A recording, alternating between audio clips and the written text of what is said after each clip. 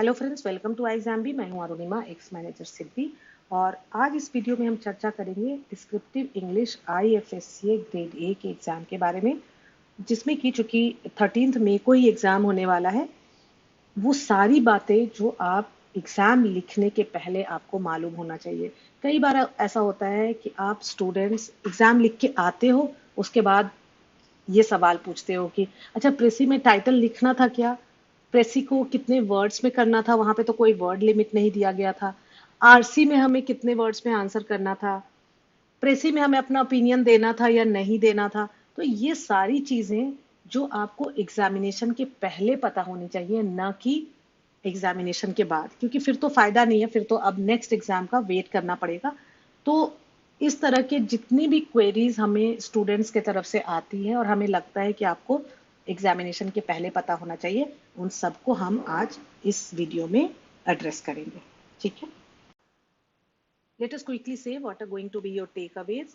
सो सबसे पहले हम बात करेंगे इंटरफेस की। कई बार आप इससे लिखना बहुत अच्छी तरह जानते हैं, प्रेसी आरसी सब कुछ बहुत अच्छे से होता है, लेकिन वहाँ पे इंटरफेस की जानकारी नहीं होने की वजह से, या वहाँ पे किस तरह की सिचुएशन बनती है और किस तरह की समस्याएं आ सकती हैं और आप उसको कैसे टैकल करेंगे, इसकी वजह से भी आपका पेपर खराब हो जाता है। सो इंटरफेस, इसके बाद टॉपिक और टाइटल की बात करेंगे। वर्ड लिमिट के बारे में बहुत कंफ्यूजन होता है स्टूडेंट्स को। फ्रीडम कितना है अपने ओपिनियन देने का, अपने बातों को एक्सप्रेस करने का, इसके बारे में बात करेंगे। बुलेट पॉइंट्स में आपको आंसर लिखना है कि नहीं, कितने नंबर ऑफ पैराग्राफ्स होने चाहिए इससे, प्रेसी या आरसी में। लैंग्वेज की कितनी इंपॉर्टेंस है, करेक्ट ग्रामर और स्पेलिंग की कितनी इंपॉर्टेंस है। और फिर क्विकली ऐसे में किन बातों का ख्याल रखना है, जरूरी बातें प्रेसी में और कॉम्प्रिहेंशन में। थोड़ा सा वीडियो लंबा हो जाएगा, लेकिन आई एम वेरी श्योर कि इस वीडियो को देखने के बाद अब आप एग्जाम के लिए बिल्कुल रेडी रहेंगे और कम से कम कोई भी ऐसी वाली कोई मिस्टेक नहीं करेंगे जो आपको अफसोस लगा रह जाए कि ओहो, इतनी सी बात मुझे नहीं पता थी और इसकी वजह से मेरे ये मार्क्स लूज हो जाएंगे। ठीक है, सबसे पहले बात करते हैं राइटिंग स्पेस की। चूंकि आपको टाइप करना होगा अपना आंसर, तो वहां पे जो स्पेस गिवन होगा, एक्चुअली अभी रिसेंटली इन्होंने चेंज किया है, पिछले 2 एग्जाम से।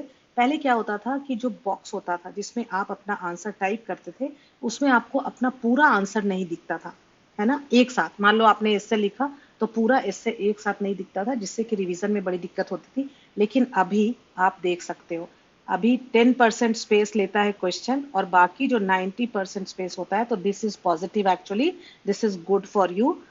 दूसरा सवाल आता है कि क्या वहां पे वर्ड काउंट आपको दिखेगा। तो मान लो वहां पे कहता है कि आपको 300 वर्ड्स में इससे लिखना है। अब आप लिखते जा रहे हैं, लिखते जा रहे हैं, अब आपको मालूम नहीं है अगर कि आपने कितना लिखा, कितने वर्ड्स लिखे, तो या तो आप काउंट करने लगोगे, उसमें आपका टाइम वेस्ट होगा। और अंदाजा नहीं लगने की वजह से हो सकता है आप 300 का 400 लिख दे, या 200 ही लिख के आपको लगे कि बहुत लिख दिया। तो अब जो है इन्होंने वर्ड काउंट वहां पे दिखता है, लेकिन you need to scroll down, है ना। आप ऐसे थोड़ा सा स्क्रॉल डाउन करोगे ना, आपको नहीं दिखेगा। नीचे नीचे आप एकदम लास्ट तक स्क्रॉल डाउन करोगे तो आपको दिख जाएगा कि आपने कितने वर्ड्स लिखे हैं, और ये आपको बहुत हेल्पफुल होगा। बिकॉज वर्ड लिमिट, जो प्रिस्क्राइब्ड वर्ड लिमिट है, वो बहुत ही इंपॉर्टेंट है, चाहे आपका एस्से राइटिंग हो या प्रेसी हो। आरसी में ये फ्लेक्सिबिलिटी रहती है, क्योंकि मोस्टली आरसी में वो वर्ड लिमिट नहीं देते हैं। लेकिन फिर भी आपको ध्यान रखना होता है कि मान लो 5 मार्क्स का क्वेश्चन है, तो लगभग लगभग 5 सेंटेंसेस हो, लगभग 50 वर्ड्स के आसपास तो हो जाए। ठीक है, तो वर्ड काउंट इतना इंपॉर्टेंट है, इसलिए ये फीचर जो इन्होंने इंट्रोड्यूस किया है, इट विल बी हेल्पफुल। लेकिन आप स्क्रॉल डाउन करके देख लेना, ऐसे मत सोचना कि मुझे वर्ड काउंट क्यों नहीं दिख रहा। तीसरा, कीबोर्ड। वहां पे कई बार डिफेक्टिव कीबोर्ड आपको मिलता है, तो जैसे एग्जाम के समय आपको कीबोर्ड दिया जाएगा, आप तो हर लेटर को प्रेस करके एक बार चेक कर लेना कि आपका कीबोर्ड में हर लेटर काम कर रहा है नहीं कर रहा है। और अगर या बहुत दिक्कत से हो रहा है, बार बार प्रेस करना पड़ रहा है, कुछ भी अगर डिफेक्ट है या बहुत पुराना है, तो आप उनसे रिक्वेस्ट करेंगे तो वो आपका कीबोर्ड चेंज कर देंगे। सो ये एक बहुत इंपॉर्टेंट बात है। कई बार हमें स्टूडेंट्स आके बोलते हैं कि हमें ये बात मालूम नहीं थी और उसमें पी टाइप हो ही नहीं रहा था। तो अब उनके पूरे हिस्से में कहीं भी पी लिखना था, वो पी आया ही नहीं, जो कि अब एग्जामिनर को तो नहीं मालूम होगा, तो उसका खामियाजा उनको भुगतना पड़ सकता है। तो अगर ऐसी कोई दिक्कत है सच में, तो आप वहां पे रिक्वेस्ट करेंगे, वो आपको रिप्लेस कर देंगे कीबोर्ड। दूसरी जो दिक्कत आती है, जब वहां पे सारे लोग कीबोर्ड पे टाइप करने लग जाते हैं, और बहुत ही बढ़िया क्वालिटी का और सोफिस्टिकेटेड कीबोर्ड तो नहीं ही होता है, क्योंकि इतने सारे लोग यूज कर रहे होते हैं उसको, तो ना वहां पे एक अजीब सी आवाज आने लगती है, जिससे कई बार आप डिस्टर्ब हो जाते हो। तो पहले से आप अपने माइंड को कंडीशन करके जाएंगे कि इस तरह की आवाज आएगी, जिससे आपको डिस्टर्ब नहीं होना है, आपको फोकस करना है अपने एस्से पे या अपने आंसर पे, आप एस्से प्रेसी आरसी जो भी लिख रहे हो। और दूसरी चीज, कई बार स्टूडेंट्स के दिमाग में ये भी आता है कि पता नहीं लोग कितना लिख रहे हैं, मुझे तो कुछ समझ में नहीं आ रहा है, सब लोग तो खटाखट खटाखट लिखे जा रहे हैं। जैसे हम लोग के स्कूल में होता था ना, कोई पेज पे पेज एक्स्ट्रा पेजेस लेने लगता था, तो बाकी लोग टेंशन में आ जाते थे। तो यहाँ पे आपको घबराना नहीं है, क्योंकि वो जो नॉइज आ रही है वो रूम में जितने स्टूडेंट्स बैठे हैं सबके कीबोर्ड से आ रही है। तो सिर्फ इसमें कुछ तैयारी आपको नहीं करनी है, सिर्फ आप प्रिपेयर्ड रहें कि इस तरह की वहां पे उठापटक आवाजें होनी शुरू हो जाएंगी, जैसे सब लोग टाइप करना शुरू करेंगे, उससे आपको डिस्टर्ब नहीं होना है। एडिटिंग, क्या आप एडिटिंग कर सकते हैं? मान लो आप जब उसको रिव्यू कर रहे हो अपने ऐसे को जो आपने लिखा है, और अब आपको लगता है कि अरे यहाँ पे तो मैंने हैज लिख दिया और मुझे हैव लिखना था। ओके, तो अब आपको हैज को कट करना है, मतलब डिलीट करना है, और हैव लिखना है। अब क्या होगा, आप कर्सर को ले जाके हैज को जब डिलीट करोगे ना, तो ये कर्सर यहाँ न रह के सबसे एंड में चला जाता है कई बार। तो आपको ध्यान देना, और फिर आप हैव, अगर इस बात का नहीं ध्यान रखा तो अब जो हैव है वो लास्ट में लिख जाएगा। तो उस समय ध्यान दे करके कर्सर को यहाँ लाएं और फिर आप हैव लिखें। ठीक है, एडिटिंग करने में इस बात का ध्यान रखना है, लेकिन आप एडिट कर सकते हो। इसके बाद एक और सवाल कई बार आता है कि आंसर सीक्वेंस क्या हम, अब देखो प्रेसी के तो बॉक्स में प्रेसी लिखोगे, एसए में लिखोगे, आरसी में हो सकता है 4-5 क्वेश्चन हो, A B C D E, और अब आपको पहले लगता है कि सी मुझे बहुत अच्छे से मैं आंसर कर सकता हूं, तो आप पहले सी लिखना चाहते हो और बाद में ए लिखोगे, तो कोई दिक्कत नहीं है, आप पहले सी लिखो और फिर अपना आंसर लिखो और फिर ए लिखो। लेकिन ये लिखना बहुत जरूरी है, अगर ये नहीं लिखोगे एग्जामिनर को पता नहीं चलेगा कि ये किसका आंसर है, और फिर वहां पे आपके मार्क्स डिडक्ट हो सकते हैं। ये बात हो गई इंटरफेस की, मेरे ख्याल से एनफ है। इतनी बातों का आप ध्यान रख लेना, तो ये चीजें आपको डिस्टर्ब नहीं करेंगी और आप पहले से प्रिपेयर्ड रहेंगे। अब बढ़ते हैं आगे। ऐसे टॉपिक आपको लिखना है कि नहीं, प्रेसी में टाइटल लिखना है कि नहीं, जरूर लिखना है। ऐसे में 3-4 ऑप्शन रहेंगे, उसमें से आप एक चुनोगे, तो वहां पे जो भी उसकी नंबरिंग होगा, मान लो तीसरा है आपका टॉपिक, तो 3 लिख के आपका जो भी टॉपिक है वो आप लिखेंगे और फिर आप अपना इससे लिखना शुरू करेंगे।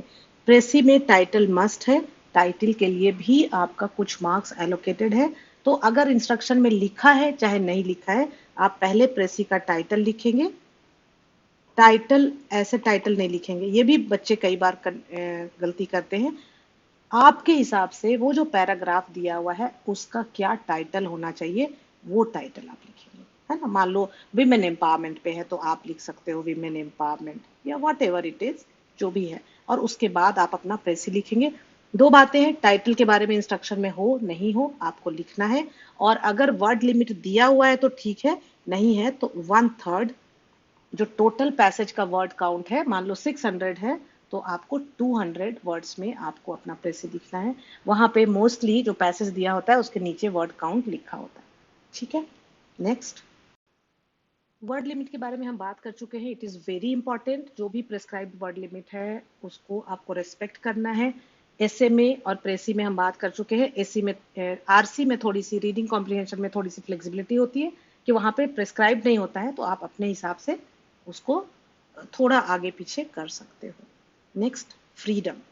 आपको अपनी ओपिनियन को, जो आप उस विषय के बारे में क्या सोचते हो, इसके बारे में लिखने की कितनी फ्रीडम है और किस क्वेश्चन में है, ये बहुत इंपॉर्टेंट है।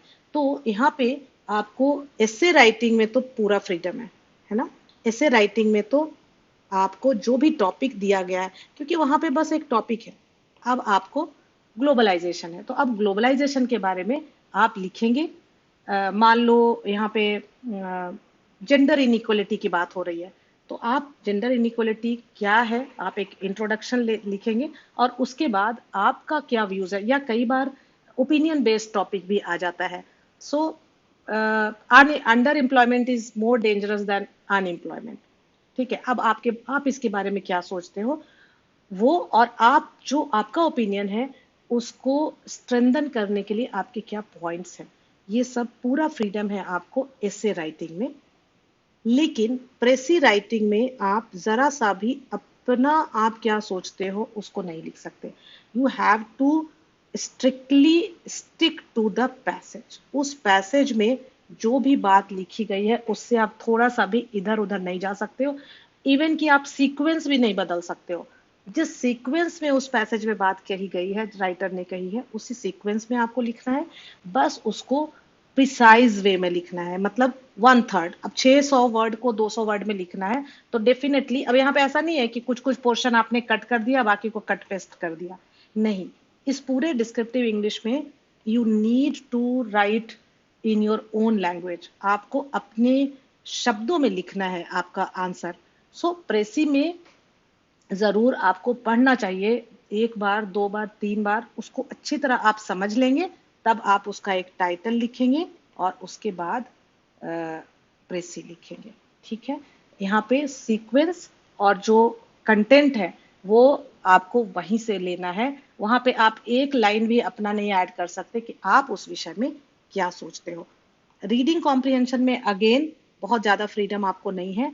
यहाँ पे बस ये है कि कॉम्प्रिहेंड करना है. मतलब you need to understand the passage और उसके बाद आपको अपनी भाषा में उत्तर देना है.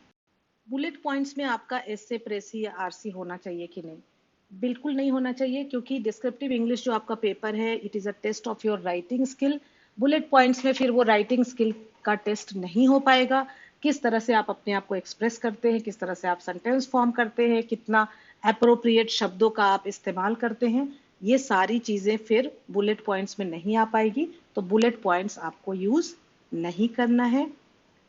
नंबर ऑफ पैराग्राफ्स कितने होने चाहिए? तो देखो, एसे में हमेशा आपका जो एसे होगा वो स्ट्रक्चर्ड होगा. Intro, body and conclusion. तो depending on number of words 3 paragraph तो कम से कम हो ही गया.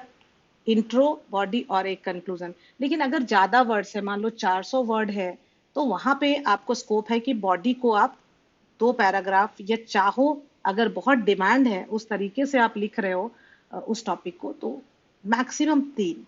मतलब टोटल जो एसे है 3 to 5 पैराग्राफ में हो सकता है. ठीक है, depending on the topic and number of word, depending on the word limit, जो प्रिस्क्राइब्ड वर्ड लिमिट है उसके बेसिस पे. ये हो गई एसे की बात. अगर हम प्रेसी की बात करें तो प्रेसी में एक ही पैराग्राफ में होगा. यहाँ पे ज्यादा पैराग्राफ आपको नहीं लेना है. आरसी में भी जो आंसर्स होंगे वो सिंगल सिंगल पैराग्राफ में होंगे. अगर आरसी का क्वेश्चन 2 पार्ट में डिवाइडेड है तब आप उसको 2 पैराग्राफ में आंसर लिख सकते हैं. ठीक है, नेक्स्ट, लैंग्वेज की कितनी इंपॉर्टेंस है? बहुत ज्यादा इंपॉर्टेंस है. देखो, अगर सेम क्वेश्चन, सेम टॉपिक एक आ गया आपके ईएसआई में, ठीक है, और सेम टॉपिक आपके आ गया डिस्क्रिप्टिव इंग्लिश में एसे में, तो ईएसआई में लैंग्वेज थोड़ा ऊपर नीचे होगा, आपके बहुत मार्क्स नहीं जाएंगे. वहां पे कंटेंट पे ज्यादा फोकस होगा. लेकिन डिस्क्रिप्टिव इंग्लिश में यहाँ पे आपका कंटेंट इंपॉर्टेंट है, equally important is your language. तो यहाँ पे ग्रामर, स्पेलिंग, पंक्चुएशन, जो कॉमा, फुल स्टॉप देते हैं, अपोस्ट्रोफी, इन सब का ख्याल रखना जरूरी है, नहीं तो आपके मार्क्स डिडक्ट होते हैं. ठीक है, ये बात हो गई. इन चीजों का आपको ख्याल रखना है. अब क्विकली देख लेते हैं कि एसे राइटिंग, एसे स्पेसिफिक हमें क्या ख्याल रखना है. 30 मार्क्स का आपका एसे होगा. तो जो आपके 4-5 टॉपिक्स दिए होंगे, आप बड़े ध्यान से राइट टॉपिक चुने. वहां पे ये बिल्कुल नहीं सोचें कि ये 4th वाला टॉपिक बहुत टफ है और इसको बहुत कम बच्चे लिख पाएंगे तो मैं इसको चुनता हूं. नहीं, आप वो टॉपिक चुने जिसपे आपका कमांड है, जो आपको लगता है कि इसके बारे में आप अच्छी तरह जानते हैं, आपका एक ओपिनियन है और आप स्ट्रांगली फील करते हैं. तो फिर जो फ्लो होगा आपको, आपका एसे का, वो बहुत अच्छा होगा. सो आप जो जिसमें सबसे ज्यादा कॉन्फिडेंट है वो टॉपिक चुने. ये ना सोचें कि इजी कौन सा है और टफ कौन सा है. स्ट्रक्चर एंड प्लान योर एसे. सबसे पहले आप स्ट्रक्चर करें. इससे लिखना शुरू करने के पहले थोड़ा सा वक्त लेके आप रफ में अपने ऐसे को स्ट्रक्चर कर ले, एक खाका बना ले कि आप किस तरह से करने वाले हैं, इंट्रो में किस तरह से शुरुआत करने वाले हैं, बॉडी में उसको कैसे आप इलेबोरेट करेंगे और how you are going to conclude, and then आप लिखना शुरू करें।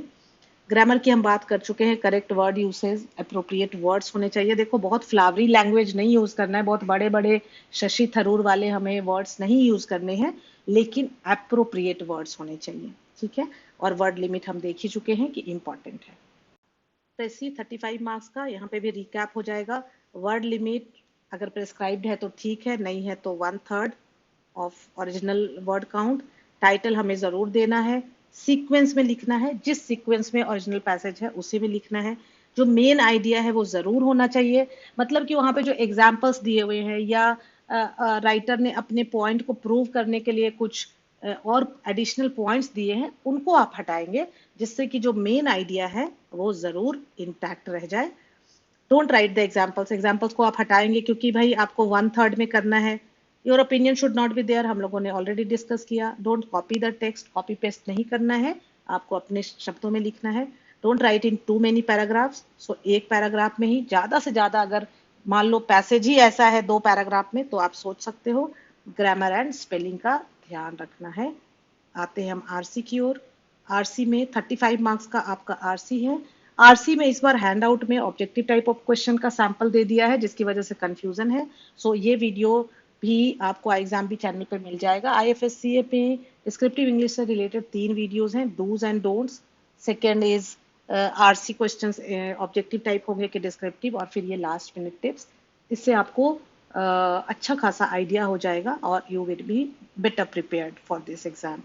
सो यहाँ पे भी वर्ड लिमिट हमने बताया कि वहां पे लिखा नहीं होता है, प्रेस्क्राइब नहीं होता है, लेकिन आपको जितने मार्क्स का क्वेश्चन है उस हिसाब से डिसाइड करना है, अपने वर्ड्स में लिखना है, कॉपी पेस्ट नहीं करना है। यहाँ पे understanding the passage is very important and write in your own word. So it is recap only, ये सारे पॉइंट्स हम डिस्कस कर चुके हैं।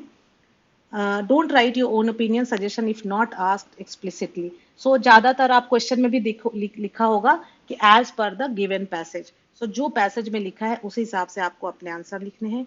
Don't write in too many paragraphs. Grammar, spelling, punctuation, use of capital and small letter भी आपको, ये भी इससे प्रेसी और आरसी सब जगह ख्याल रखना है। यहाँ पे भी बहुत गलतियां करते हैं स्टूडेंट्स। आई होप कि आपको एक अंदाजा लग गया होगा और कम से कम हमने इस वीडियो में जो डिस्कस किया ये गलतियां आप नहीं करेंगे और आप बेटर प्रिपेयर्ड रहेंगे। अभी रिसेंटली 2 दिन पहले ही आरबीआई का नोटिफिकेशन भी आ गया है, तो आईएफएससीए का आप एग्जाम लिखने के बाद आरबीआई के बारे में सोचें। अगर आप एलिजिबल हैं जरूर फॉर्म फिलअप करें, and it is a great opportunity, काफ़ी अच्छी नंबर ऑफ वैकेंसीज हैं, तो आप इसके बारे में सोचें और एक आध दिन बीच में रेस्ट लेकर के शुरू कर दें आप अपना आरबीआई का preparation. With iExamB, unfold your potential, and for any further query, you can call us at 920-5524028, or you can also write to us at hello@iexamb.com. Thank you, friends. Thanks for watching. All the very best for your exam.